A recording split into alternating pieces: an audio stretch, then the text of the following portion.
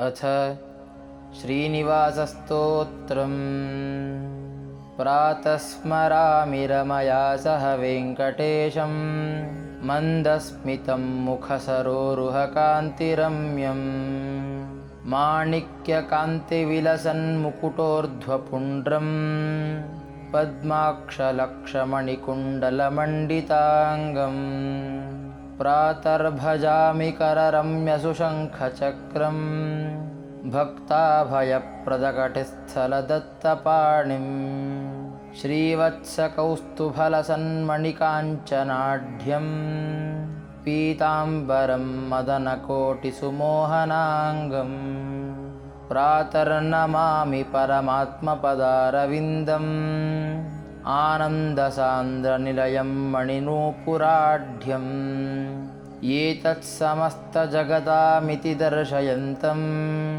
वैकुण्ठमत्र भजतां करपल्लवेन। व्यासराजयति प्रोक्तं श्लोकत्रयमिदं शुभं, प्रातःकाले पठेद्यस्तु पापेभ्यो मुच्यते नरः।